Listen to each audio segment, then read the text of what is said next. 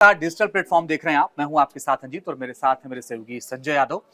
आज हम बात करने वाले हैं बुलडोजर कार्रवाई को लेकर के। सुप्रीम टिप्पणी की गई और सुप्रीम आदेश भी आया है। दरअसल बुलडोजर कार्रवाई की शुरुआत उत्तर प्रदेश से हुई थी 2017 में, जब योगी आदित्यनाथ उत्तर प्रदेश के मुख्यमंत्री बने।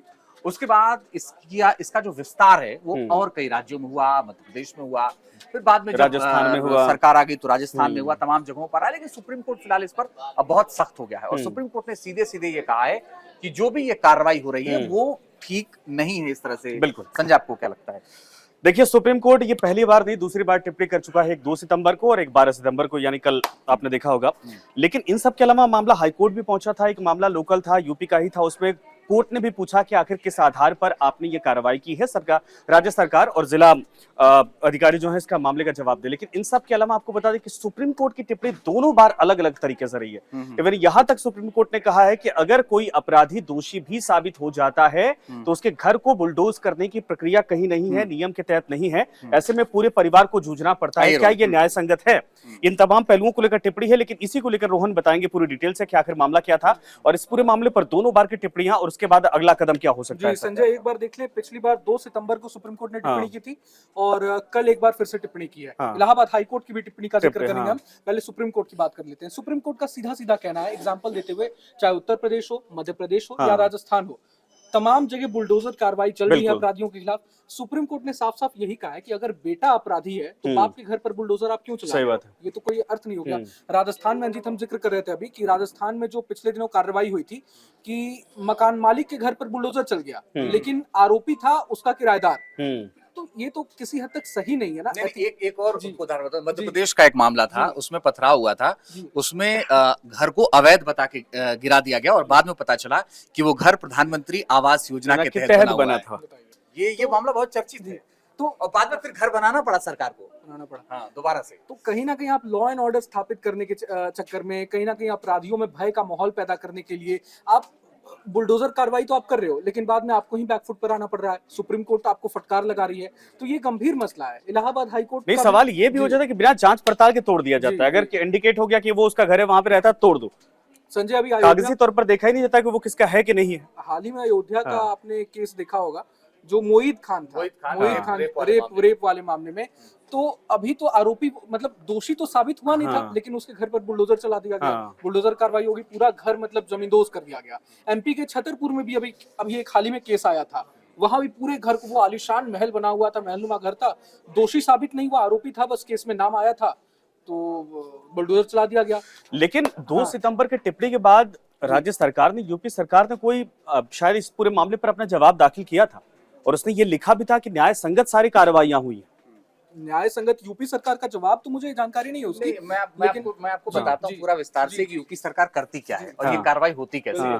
देखिए, इसको बहुत लोग तकनीकी तौर पर नहीं समझते कि यूपी गवर्नमेंट, देखिए जितने भी घर गिराए गए हैं उत्तर प्रदेश में, एक भी घर अवैध तरीके से नहीं गिराए गए।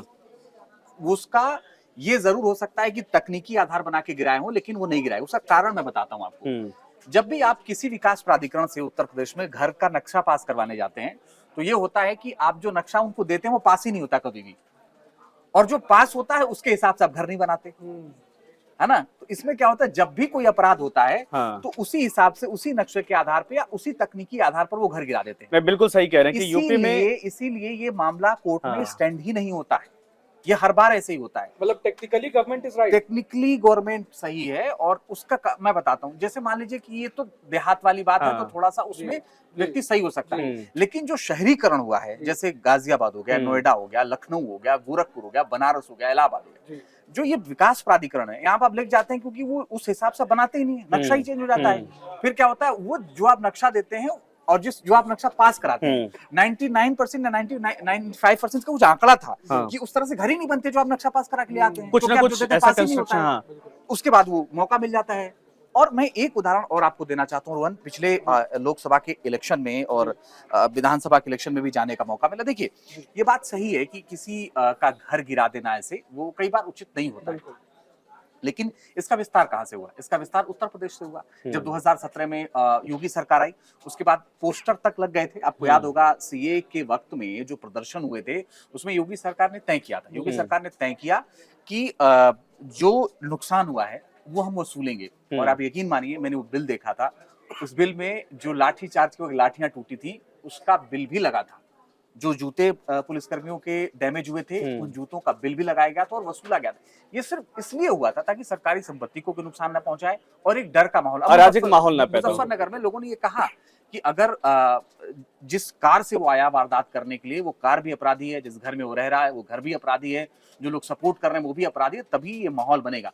और इससे कानून व्यवस्था को लेकर बहुत सारी चीजें बदली, लेकिन फिर भी अगर कानून ये कहता है कि घर नहीं गिरना चाहिए तो नहीं गिरना चाहिए, सीधी बात ये। अंजित, एक कहावत है ना, बिना भय का प्रीत नहीं होता है। भयभीन होत न प्रीत। हाँ, भयभीन होत न प्रीत। तो योगी बाबा जो हैं, उनके इस एक्शन से, बुलडोजर कार्रवाई की जो उन्होंने शुरुआत की, तो अपराधियों में भय का माहौल तो पैदा हुआ है। लॉ एंड ऑर्डर की स्थिति आज यूपी से बेहतर, मतलब पहले के कंपैरिजन में आज कहीं बेहतर नहीं है। लेकिन वही बात है ना, सुप्रीम कोर्ट, सर्वोच्च न्यायालय अगर ये टिप्पणी कर रहा है, उसका कहना है अगर सरकार को फटकार लगाई जा रही है तो टेक्निकली गवर्नमेंट इज रॉन्ग, है ना, टेक्निकली गवर्नमेंट इज रॉन्ग। अगर बेटा अपराधी नहीं, वो फैमिली बिहाफ पे हो गया ना कि अगर ठीक है उसका घर भी अपराधी है, उसकी गाड़ी भी अपराधी है, लेकिन परिवार के सदस्य कैसे अपराधी हो गए, तो उनको सफर करना पड़ रहा है। क्या वो मानवीय पहलू नहीं होता? बिल्कुल पहलू है, वो भी एक संजय। लेकिन दूसरी तरफ आप विपक्ष की बात कर लें, विपक्ष का कहना है कि कहीं ना कहीं इसमें जाति और धर्म देखकर एक्शन लिया जाता है। अगर आरोपी मुस्लिम है तो उसके घर को जमींदोज कर दिया जा रहा है, लेकिन वहीं अगर आरोपी हिंदू है तो उस पर ऐसा एक्शन नहीं लिया जाता। ये विकास दुबे का उतना बड़ा घर था, तब सही बात है। मैं कम से कम 50 उदाहरण से दे सकता हूँ जब उत्तर प्रदेश में उनके घर गिराए गए, न उसमें जाति देखा गया, न उसमें धर्म देखा गया, एक अपराधी था वो। कम से कम 50 लोगों का उदाहरण मैं दे सकता हूँ जिनके घर गिराए गए। और ये जरूर है कि भाई अपराध है तो है, और मैक्सिमम उन लोगों का घर गिराया गया। देखिए शुरुआत में जिनके खिलाफ हिस्ट्री शीट थी, जिनके खिलाफ मुकदमे थे, 50 मुकदमे, 60 मुकदमे, 100 मुकदमे, उनके घर मैक्सिमम गिराए गए। तो ऐसा नहीं है। ठीक है, विपक्ष अपनी राजनीति कर रहा है, उसको करना भी चाहिए। विपक्ष में बैठे हैं तो राजनीति करने के लिए बैठे हुए हैं। और ये बात भी सही है कि शुरुआत में बहुत सारे समाजवादी पार्टी नेताओं के घर भी गिराए गए थे, है ना, तो ये हुआ था। और इतना ही नहीं, आप वो देखिए, आप वो जो दूसरे विजय क्या नाम था उनका, जो विजय मिश्रा, जो भदोई के थे, भदोई से बाद में विधायक बने, उनके खिलाफ भी कार्रवाई हुई। बहुत सारे ऐसे लोग हैं जिनके खिलाफ कार्रवाई हुई, तो ये सब नहीं हुआ। और ये जितने गिराए गए, भाई अगर आप गिराए गए तो अगर अवैध नहीं होता तो आप कोर्ट चले गए होते, लेकिन वो कोर्ट गए, उनको राहत नहीं मिली, इसलिए गिराए गए। अंजित, एक पॉइंट यहाँ पे और है, योगी सरकार को हमेशा घेरने की कोशिश होती है, राजस्थान की बीजेपी सरकार को इस बुलडोजर एक्शन पर घेरने की कोशिश होती है, लेकिन आंकड़े ये बताते हैं कि 2017 में जब यूपी में सीएम योगी आए तो बुलडोजर एक्शन की शुरुआत तो वहां हुई, लेकिन योगी के आने के बाद 2018 की मध्य प्रदेश सरकार, उस वक्त कमलनाथ से सरकार बनी थी, तो उन्होंने भी इस बुलडोजर एक्शन को अपना लिया था, कहीं ना कहीं लॉ एंड ऑर्डर को सुधारने के लिए। तो एमपी के भी रिपोर्ट्स बताते हैं कि भारी संख्या में, मतलब अपराधियों के घरों को जमींदोज किया गया, बुलडोजर एक्शन। तो विपक्ष एक तरह से यहाँ भी काउंटर किया जा रहा है विपक्ष को, भाई आप अपनी सरकार की भी जो ये उस समय थी वर्किंग स्टाइल, उस पर भी ध्यान दीजिए। तो एमपी सरकार की बात भी एक तरह से करनी चाहिए, बिल्कुल करनी चाहिए। और सिर्फ एमपी सरकार की बात क्यों करते हैं, आप देखिए कि बाकी अन्य राज्यों में जिनकी सरकार है, बाकी बहुत सारे राज्यों में वहां पर बुलडोजर कार्रवाई। तो दूसरा देखिए, अशोक गहलोत सरकार जब राजस्थान में थी और पेपर नकल माफिया वाला मामला आया था, तब भी अशोक गहलोत सरकार के अधिकारियों ने भी बुलडोज किया था घरों को जयपुर में, ये कार्रवाई हुई। बस यूपी में इतना ही अधिकारियों ने सजगता दिखाई कि उन्होंने प्रधानमंत्री आवास योजना से बनवा वाला घर नहीं गिराया, है ना, किसी किराएदार ने कोई अपराध किया तो मकान मालिक का घर नहीं गिराया, ये सब सावधानी बरती है। लेकिन राजस्थान में ये हुआ, मध्य प्रदेश में ये हुआ। लेकिन गंभीर बात ये है, इन सब के बीच गंभीर बात ये है कि सुप्रीम कोर्ट को लगता है कि ये गलत है, तो और उन्होंने सुप्रीम कोर्ट ने भी कहा था कि हम नियम भी जारी करेंगे, जरूरी भी है ना, जुरिस्डिक्शन के अंदर होना चाहिए, दिशा निर्देश भी हम देंगे। अब वो कब दिशा निर्देश आएगा वो तय करेंगे। लेकिन ये मामला रोहन हाई कोर्ट कई बार गया है, और हाई कोर्ट जाने के बाद भी ऐसा कई बार हुआ कि स्टैंड नहीं हुआ, बहुत सारी बार ऐसा हुआ कि स्टैंड नहीं हुआ। और इसका विस्तार आप देखिए कि सिर्फ विस्तार इस तौर पे नहीं हुआ कि घर गिराया गया, विस्तार इस तौर पर हुआ कि मैक्सिमम जो बुलडोजर चले हैं उत्तर प्रदेश में, वो सरकारी जमीन पर अवैध कब्जे पर चले हैं, या सरकारी जमीन पर जो कब्जा हो गए थे उन पर बुलडोजर चले हैं। इसके मुकाबले, कब्जे के मुकाबले माफियाओं के घर पे तब भी कम बुलडोजर, जब कोई गंभीर सीरियस मामला हो जाता है उसके बाद फिर बुलडोजर चलाए। लेकिन संजय, यहाँ इलाहाबाद हाईकोर्ट की टिप्पणी का भी जिक्र करना जरूरी है। सुप्रीम कोर्ट के बाद इलाहाबाद हाईकोर्ट ने भी आजमगढ़ की किसी घटना का जिक्र किया। देखिए उसमें क्या हुआ है, अब यही बात होती है। देखिए सरकारों की नीयत होती है, मुख्यमंत्री योगी आदित्यनाथ जाहिर सी बात है कि कानून व्यवस्था को मेंटेन करना चाहते हैं, एक अपराधियों के बीच में डर का माहौल होना चाहिए, वो उन्होंने पूरी तरीके से प्रक्रिया अपनाई थी। लेकिन क्या होता है कि अधिकारी कभी कभार ऐसे होते हैं ना जिससे सरकार की किरकिरी कभी कभार हो जाती है। आजमगढ़ वाले केस में देखिए, मुख्यमंत्री तो इंटरफेयर किए नहीं होंगे, ये मामला पहुंचा था जब किसी बात को लेकर विवाद हुआ था, दो पक्षों के बीच में विवाद था, घर वहां पर बना था। जब जिला अधिकारी के चैम्बर में ये मामला पहुंचा, उसके बाद वहां के एक बड़ी अधिकारी की तरफ से आदेश जारी किया गया कि इसको बुलडोज कर दो। लेकिन उसमें जो आरोपी पक्ष था उसको अपील करने का मौका दिया नहीं गया, यानी उसको दोबारा कहीं पर अपनी बात रखने का मौका नहीं दिया गया और कुछ घंटों के भीतर विद इन अ डे उसको डिमोलिश कर दिया गया। तो वो फिर उसके बाद अपर कोर्ट में पहुंचे, मामला हाई कोर्ट तक पहुंचा। हाई कोर्ट ने तब पूछा है कि अगर किसी अधिकार के तहत, किसी नियम के तहत इनका जो कि घर गलत बना था, तो भी आपको इनको अपील करने का मौका देना चाहिए था। इतनी जल्दबाजी किस बात को लेकर? तो वो एक तरह से एक्शन अधिकारियों के जो डिसीजन था उस पर भी है, और बुलडोजर एक्शन को लेकर वो चूंकि कंबाइंड मामला था, बुलडोजर का था, तो उसमें आ गया अपने आप। एक बात से आपकी 100% सहमत हूं संजय कि जितनी लापरवाही हुई है वो अधिकारियों के स्तर पर अधिकारियों के और स्तर जितने से ब्लंडर हुए सब अधिकारियों के स्तर पे हुए, सब कुछ। और अभी भी अगर कुछ गड़बड़ हो रहा है तो अधिकारियों की वजह से हो रहा है ना। आनंद फानन ने कर दिया, नहीं कर दिया, आप कुछ कर दिए, है ना, किसी को मौका नहीं दिया। आप अधिकारी हैं, आपको डीएम साहब आपको बैठाया इसलिए गया है ताकि आप लोगों की बात सुनिए। कमिश्नर साहब इसलिए बैठे हुए हैं, लेकिन ये नहीं सुनते। ये पता नहीं कौन से गुमान में व्यस्तता में रहते हैं कि बात नहीं सुनते, और यही वजह है कि सरकार की किरकिरी होती है। जबकि योगी आदित्यनाथ मुख्यमंत्री बनते ही, क्योंकि मैं योगी आदित्यनाथ को पहले जानता हूँ एज ए सांसद, वो 10 बजे निकलते थे, शाम को 6 बजे वापस आते थे मंदिर, और पूरे दिन क्षेत्र में घुमा करते थे। अभी भी उनकी वही दिनचर्या है। गोरखपुर आते हैं तब भी जाते हैं, यहाँ रहते हैं तब भी रहते हैं, लेकिन वो ये चाहते थे कि अधिकारी समय पे बैठे। अभी भी नहीं बैठते, 60-70% अधिकारी नहीं बैठते।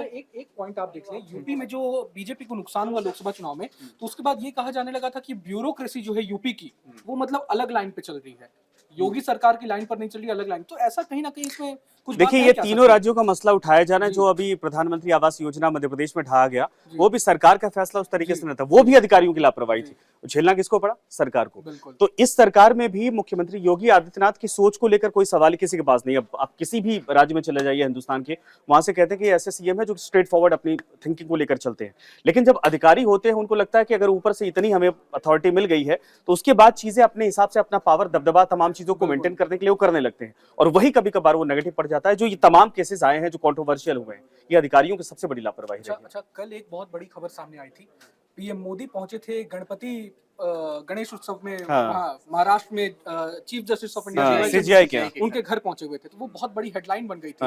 तो कहीं ना कहीं ऐसा नहीं है कि मतलब केंद्र सरकार एक बैलेंस करने की कोशिश कर रही है? मतलब पिछले कुछ समय में हमने जैसे देखा कि सुप्रीम कोर्ट के बहुत सारे निर्णय, बहुत सारे जजमेंट जो थे वो केंद्र सरकार के फैसलों के खिलाफ कहीं ना कहीं एक तरह से जा रहे थे, तो इसे बैलेंस करने की कोशिश तो नहीं हो रही है? देखिए, मैं आपको बताता हूँ, जो अभी डीवाई चंद्रचूड़ है, डीवाई चंद्रचूड़ के फादर भी जज रहे, और डीवाई चंद्रचूड़ उत्तर प्रदेश में इलाहाबाद हाई कोर्ट के चीफ जस्टिस थे। तो जब डीवाई चंद्रचूड़, उनका जो तरीका है फैसले करने का, या फैसले लिखने का, या जो कमेंट करने का, जो टिप्पणी करने का, वो शुरुआत से वैसे रहा। उनको मैं इलाहाबाद हाई कोर्ट से देख रहा हूँ। उस वक्त भी अखिलेश की सरकार थी, अखिलेश की सरकार के बाद भी तब भी वहां वो जज थे, बाद में चीफ जस्टिस बने इलाहाबाद हाई कोर्ट में। उस वक्त भी उनकी टिप्पणी, उनके फैसले ऐसे ही होते थे। हमेशा वो आम लोगों के साथ कैसे खड़ा रहना है, आम लोगों को कैसे न्याय मिल सके, उस पर हमेशा उनका फोकस रहता है। और इस पर विवाद तो हो सकता है कि प्रधानमंत्री को जाना चाहिए या नहीं जाना चाहिए, क्योंकि सवाल इस पर बहुत सारे उठ रहे हैं, लेकिन इस पर कोई सवाल नहीं है कि डीवाई चंद्रचूड़ की जो कार्यशैली रही है वो हमेशा से ही रही है कि आम आदमी को कैसे न्याय मिलेगा। तो विपक्ष तो कह रहा है पीएम मोदी मतलब इनडायरेक्टली इन्फ्लुएंस करने गए थे चीफ जस्टिस ऑफ इंडिया। वो कह सकता है, लेकिन वो बाद में शायद उनको जवाब इसका मिल भी जाए। यही मेन बात तो हो सकता है इस बात को लेकर खुद ही डीवाई चंद्रचूड़ किसी बात में टिप्पणी कर दे, किसी केस को लेकर इनडायरेक्ट वे में। तो ये देखिए, बैलेंस करने वाली राजनीति तो शायद मुझे नहीं लग रहा कि अभी इसको होनी चाहिए। इंटरनली क्या है, लेकिन आने वाले वक्त में इसका असर अगर कहीं दिखा तो ये जरूर टिप्पणी की जाएगी विपक्ष की तरफ से कि देखिए उस मुलाकात के बाद चीजें बदल गई। लेकिन हाँ, विपक्ष कभी कभार खुश जरूर होता है, जैसे अरविंद केजरीवाल की बेल वाला मसला, तब भी डीवाई चंद्रचूड़ को लेकर, हालांकि न्यायपालिका पे कभी सवाल नहीं उठा सकते, लेकिन आम आदमी पार्टी ने इस तरीके से कहा था कि उनके रहते हमें। इस बार तो सवाल उठा दिया, अभी शिवसेना ने सवाल उठा दिया, उद्धव ठाकरे गुट ने। अच्छा, उद्धव ठाकरे गुट ने साफ साफ कहा कि भाई हमारा केस तो चल रहा है सुप्रीम कोर्ट में, तो अब हम कैसे, मतलब हमें तो भाई संदेह है अब कि हमारे पक्ष में फैसला आएगा भी नहीं आएगा। तो अभी तो अरविंद केजरीवाल को आज ही रिहाई का आदेश मिला है। मतलब आप देखिए ना, अपने पक्ष में फैसला आता है तो विपक्ष भाई वाहवाही करता है, और अपने पक्ष में फैसला नहीं आया तो भाई ये है। चलिए, बहुत बहुत शुक्रिया रोहन आपका। और ये चर्चा थी इसलिए क्योंकि ये बुलडोजर कार्रवाई को लेकर सवाल उठ रहा था। अब देखना होगा कि सरकार इस पर कैसे एक्शन लेती, क्योंकि योगी सरकार शायद इस मामले को लेकर के गंभीर है और वो जवाब जरूर देंगे सुप्रीम कोर्ट में, और इसको जो नियम बनता है उसका पालन तो खैर सरकार की जिम्मेदारी करना। फिलहाल बहुत शुक्रिया आपका, लेकिन ताजा अपडेट के लिए लगातार आप न्यूज नेशन के डिजिटल प्लेटफॉर्म के साथ बने रहिए। धन्यवाद। न्यूज नेशन अब व्हाट्सएप पर खबरों की ताजा अपडेट के लिए न्यूज नेशन के इस QR कोड को स्कैन करें